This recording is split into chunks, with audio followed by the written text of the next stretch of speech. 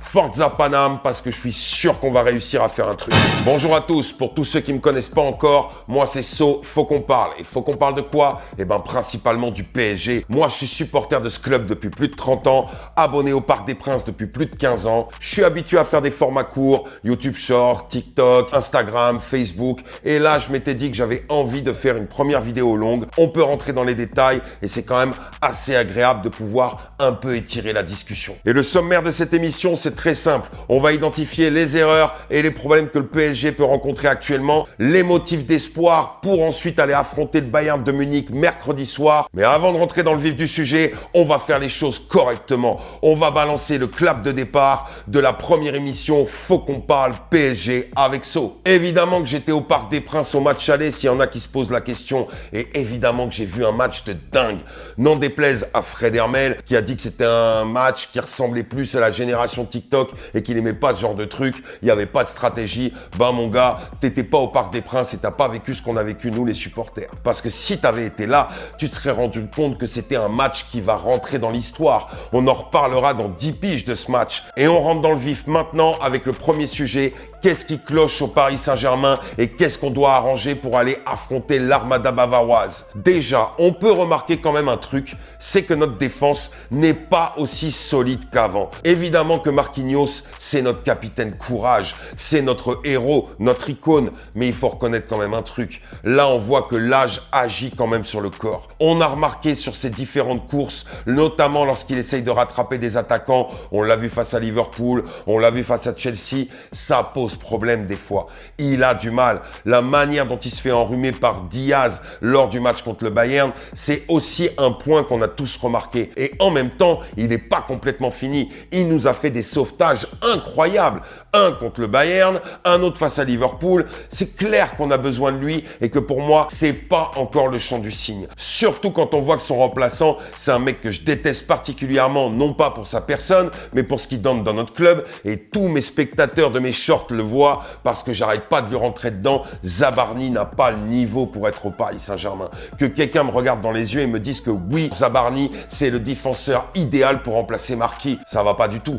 Zabarni, il a pas l'étoffe pour être un joueur du Paris Saint-Germain. Il a fait quelques prestations, que je dirais correctes, mais à part ça, moi je vous dis que Marquinhos, pour l'instant, il n'a pas d'équivalent dans le club. Au niveau de Pacho, c'est sûrement le mec de la défense le plus solide. Mais là, depuis quelques matchs, et notamment lors du dernier match face à Lorient, même si ce n'était que Lorient, justement, on a vu des faiblesses. On a vu aussi des faiblesses lors du match aller contre le Bayern. Pacho, c'est un rock. Mais là, depuis un petit moment, on a vu que le rock avait tendance un petit peu à s'effriter. Alors oui, peut-être qu'il y a une question de fatigue aussi, comme Vitinha, comme tous ces joueurs qui donnent beaucoup, qui sont présents quasiment à tous les matchs. Au-delà de ça, Pacho, c'était le mec sur qui on pouvait se reposer. On disait, lui, il a jamais de trou d'air. C'est pas dramatique. Je ne pense pas qu'on va partir au Bayern avec vraiment des handicaps de ce côté-là, mais quand même. Ça me fait penser à un autre joueur, Nuno Mendes. On est tous d'accord pour dire que là, face au Bayern, surtout la deuxième mi-temps, il n'a pas été opérationnel. C'était compliqué face à Olysée. Alors oui, Olysée, c'est un des meilleurs percuteurs du moment sur son côté. Mais il en a mangé combien des mecs de talent sur ce côté-là? Il a annihilé des Mohamed Salah. Ok, Mohamed Salah, il est plus âgé qu'Olysée et c'est pas tout à fait le mec qui a son prime comme Michael Olysée peut l'être. Mais même, Nuno Mendes nous a montré qu'il était aussi fort en défense qu'en attaque. Très projeté vers l'avant, évidemment, mais en même temps, un bon défenseur. Lucas Hernandez, qui le supplée quand il n'est pas là, est beaucoup plus défensif que lui. Et même si on a l'impression que lui aussi n'aurait pas tout à fait l'étoffe d'être au Paris Saint-Germain, il se trouve que quand il est titularisé ou qu'il rentre en fin de match, il fait rarement des erreurs, à part quand il percute les gars et qu'il se prend des cartons jaunes, voire des rouges. Ça, c'est un peu son défaut. Mais Lucas Hernandez, sinon, en défense, il est assez rassurant, vraiment dans ce travail défensif de contenir les attaquants. Mais Nuno Mendes, c'est assez criant que des fois, il oublie complètement les tâches défensives. Face au Bayern, on a vu plusieurs fois ses défenseurs, notamment Marquinhos, aller le voir et lui dire « Oh, tu es où ?» On le voit, c'est dans les gestes. Moi qui suis au stade, j'aime bien regarder les attitudes et on le voit. Bon, Safonov, c'est pas tout à fait le genre de joueur qui va aller ruer dans les brancards ou qui va aller s'adresser à ses joueurs. Lui, il reste sur sa ligne, il s'énerve notamment, mais surtout par rapport à lui et pour se donner du power pour essayer de garder le match dans ses mains, mais c'est pas vraiment le joueur qui va aller s'embrouiller avec les gars ou en tout cas essayer de les remettre droit dans leurs chaussures. C'est plutôt le travail de Marquinhos. Alors on en vient à un point important et c'est peut-être le cas de figure qui fait un peu douter la plupart des supporters parisiens, mais moi je reste assez confiant, c'est l'absence d'Hakimi. Il est vrai que Hakimi, qui se projette beaucoup vers l'avant, est beaucoup plus défensif quand même que Nuno Mendes. En tout cas, on a l'impression qu'il ne lâche pas ses marquages, qu'il est aussi fort en attaque qu'en défense. Le fait qu'il soit pas là, eh ben, qu'est-ce qui arrive? C'est que c'est Warren Zaïre-Emery qui va aller prendre sa place. Je pense que Zaïre-Emery, il va bien remplir ce poste-là. Ça sera pas Hakimi, mais ça va faire le job. Au niveau du milieu, eh ben, déjà, le premier truc qu'on observe, c'est Fabian Ruiz. Fabian Ruiz, c'est le mec de la triplette par rapport au titre de l'année dernière qui nous manque. Pendant ce temps-là, il y a des joueurs qui se sont imposés. Zaïre-Emery notamment. Mais là, face au Bayern, on l'a pas. Il va être arrière droit. Si c'était pas Fabian Ruiz, bah ça serait peut-être un Mayoulou. Il est vrai qu'il a fait quelques bonnes rentrées. Il a fait la barre face au Bayern, mais c'est à peu près tout, les gars. Il faut être véritablement honnête concernant Mayoulou. Moi, je pense pas qu'il pouvait être titulaire. Après, tu avais Kangin Lee qui pouvait aussi compenser. Kangin Lee, moi, c'est un joueur que je kiffe. C'est un mec qui est sous-coté au maximum. À chaque fois que j'entends des gens qui le critiquent, je me dis, mais ils se rendent pas compte du football qu'il a dans les pieds, ce mec-là. Sauf que lui, c'est vrai qu'au PSG, ben, c'est compliqué de s'inscrire dans le projet. En tout cas, en tant que titulaire, il peut véritablement être titulaire dans n'importe quel club, on va dire, qui n'est pas dans le top 10 européen, mais largement. Et même dans le top 10, je suis sûr qu'il y a des équipes qui seraient heureuses de le faire s'imposer dans leur 11 titulaire. Il se trouve qu'au Paris Saint-Germain, les places sont chères. Mais là encore, je pense qu'au milieu, c'est pas sa meilleure position. Donc, il restait quoi? Eh ben, Fabian Ruiz. Fabian Ruiz qui n'est pas le même que l'année dernière. On le voit là sur les bouts de match qu'il a fait et sur le match qu'il a fait contre Lorient où il est resté 1 heure sur le terrain. Il n'a pas l'explosivité qu'il avait. Il n'a pas cette assurance mentale et physique de pouvoir s'imposer. Il a été ni bon ni mauvais face à Lorient. C'était pas non plus catastrophique, mais véritablement, tu te dis que est-ce qu'il peut tenir la place face au Bayern de Munich? Ça reste vraiment le doute numéro 1 pour tous les supporters. Concernant Luis Enrique, c'est sûr que dans sa tête, il pense à ça. Et c'est normal. C'est la triplette Vitinha, Neves, Ruiz qui a été champion d'Europe. Donc, pourquoi tu veux la changer dans son esprit, sachant que Zaïre-Emery, qui fait une saison incroyable, sera forcément sur l'aile droite? Il n'a pas le choix. Vitinha, c'est pareil, c'est notre maestro. Mais par contre, face au Bayern, on ne l'a pas trouvé explosif. Là aussi, ça s'explique. Il était blessé beaucoup moins longtemps que Ruiz, mais il avait été blessé quand même un peu.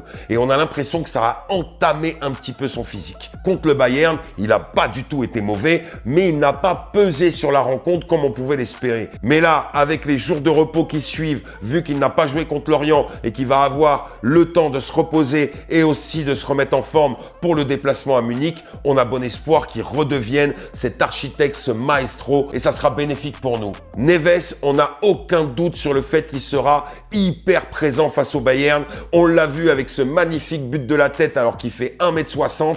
C'est incroyable. Ce joueur, il est indéboulonnable et on est heureux qu'il soit au Paris Saint-Germain. Au niveau de l'attaque, eh ben, Ousmane Dembélé, on ne peut pas faire meilleur que lui en Europe actuellement. Désolé, sortez-moi un attaquant qui déchire mieux que lui.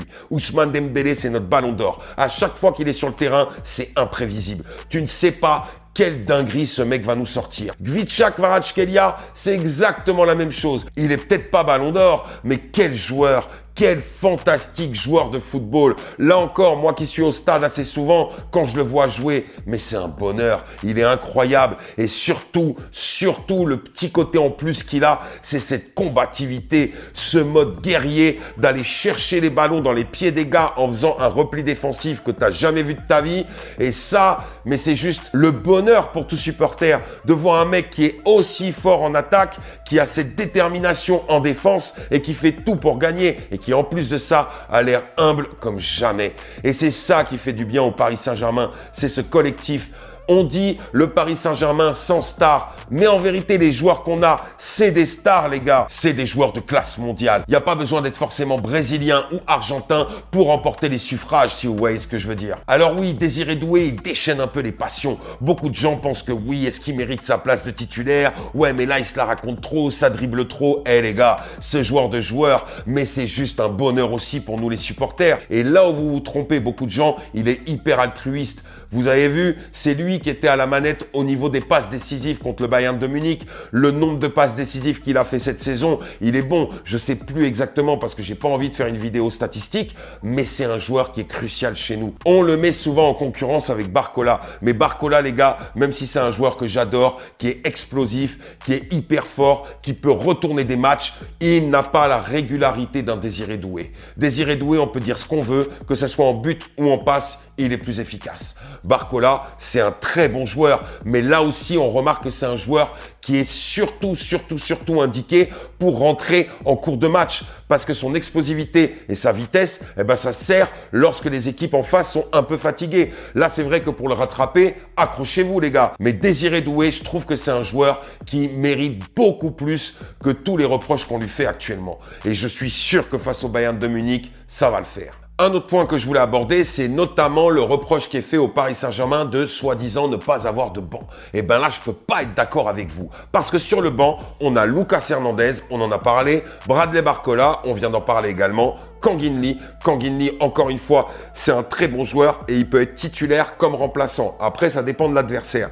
Mais c'est quand même un joueur qui apporte des choses sur le terrain. Seny Mayulu également, on l'a dit, il fait pas une saison incroyable, mais ça peut être quand même un très bon joueur lorsqu'il rentre en cours de jeu. Alors oui, Gonçalo Ramos, ce n'est plus le remplaçant super sub qu'on a connu en début de saison ou les saisons d'avant. Là, c'est vrai que le mec, il patauge complet. Que ça soit titulaire, chose qui à mon avis ne lui correspond absolument pas, ou même remplaçant, là ça galère. Moi, les principaux faits d'armes de Gonçalo Ramos au Paris Saint-Germain, et ça remonte, ben c'est les buts qu'il a mis en Super Cup et qui nous ont un peu sauvés. Il y a eu ensuite la remontada face à Marseille et en 2024, le match face à Marseille lorsqu'on était chez eux. Mais est-ce que véritablement il a retourné des matchs depuis ? Rien du tout. Zabarni, j'en parle même pas parce que pour moi, il est inexistant dans mon club. Mais par exemple, Beraldo, en charnière centrale, on est d'accord, il est en dessous de tous les autres. Mais au milieu de terrain, notamment en sentinelle devant la défense, Luis Enrique l'a bien transformé et il nous a fait des matchs assez incroyables. Je m'y attendais absolument pas. Donc tout ça pour dire qu'on a un banc. Tout dépend de comment tu le fais jouer. Et là, on fait confiance à Luis Enrique. Par contre, Luis Enrique, il peut faire quelques ratés. Parce que là, sur le match aller face au Bayern, je suis désolé, mais la rentrée de Fabian Ruiz et donc la sortie de Warren Zaïre-Emery, ça a été une erreur, notamment au niveau du timing et surtout en termes d'animation d'équipe. Parce que Fabian Ruiz, il était hors de compétition. Nous, on l'a vu au stade. Et lorsqu'on voit qu'on se prend 2 buts à la suite, ok, le dernier surtout à cause de Nuno Mendes, on s'est tous dit avec les supporters dans les gradins, mais pourquoi il a sorti Warren ? Il fallait pas. Ce petit à 3 poumons, c'était pas le plus fatigué. Je suis désolé. Gvara, oui, ça se voyait qu'il était cramé. Donc lui, que tu le sortes, c'était normal. Mais Warren Zaïre-Emery, là, je suis pas d'accord. Moi, j'ai pas vu de fatigue vraiment le plomber. C'est pas vrai. Il aurait pu tenir jusqu'à la fin du match. Luis Enrique, c'est un tueur. C'est vraiment le meilleur coach de toute notre légende dans notre club. Je suis d'accord avec ça. Mais on a le droit de le dire quand on a l'impression qu'il a fait des erreurs. C'est tout. C'est pas être méchant que de dire ça ou d'être un critiqueur pour critiquer. C'est juste une réalité. Maintenant, le deuxième sujet, on en vient au motif d'espoir et ce qu'il faut véritablement garder en tête pour être le plus confiant pour aller affronter cette équipe de Munich. En reprenant tous les arguments que j'ai balancés avant dans le premier sujet, la défense, Marquinhos, Pacho, Nuno Mendes et de côté on met Warren Zaïre-Emery parce qu'il n'était pas là au match aller, mais les 3 autres, ils étaient à mon sens en dessous du niveau qu'ils ont d'habitude. Ça veut donc dire qu'il y a de l'espoir dans le sens où ils ont juste